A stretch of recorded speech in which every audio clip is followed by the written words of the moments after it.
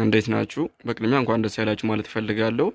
የዘንድሮ የፕሪሚየር ሊግ በዲስቲቪ እንደማይተላለፍ ይታወቃል እና ያው በምን ይተላለፍ የሚለው ጥያቄ ውስጥ ገብቶ ነበር እና የኢትዮጵያ ቻናሎች ተወዳድረው ኦቢኤን ጨረታውን አሸንፏል እና በዘንድሮን ፕሪሚየር ሊግ በኦቢኤን ኤችዲ ማየት ትችላላችሁ ማለት ነው እና በአንዱ በኤችዲ አለ፣ አንዱ ደግሞ በኤሲዲ አለ።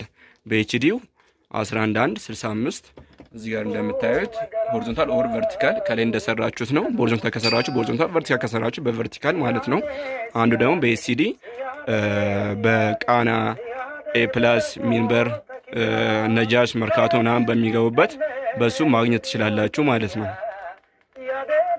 እንደምታዩት ኤሲዲ ነው ግን ያለ ማለት ነው።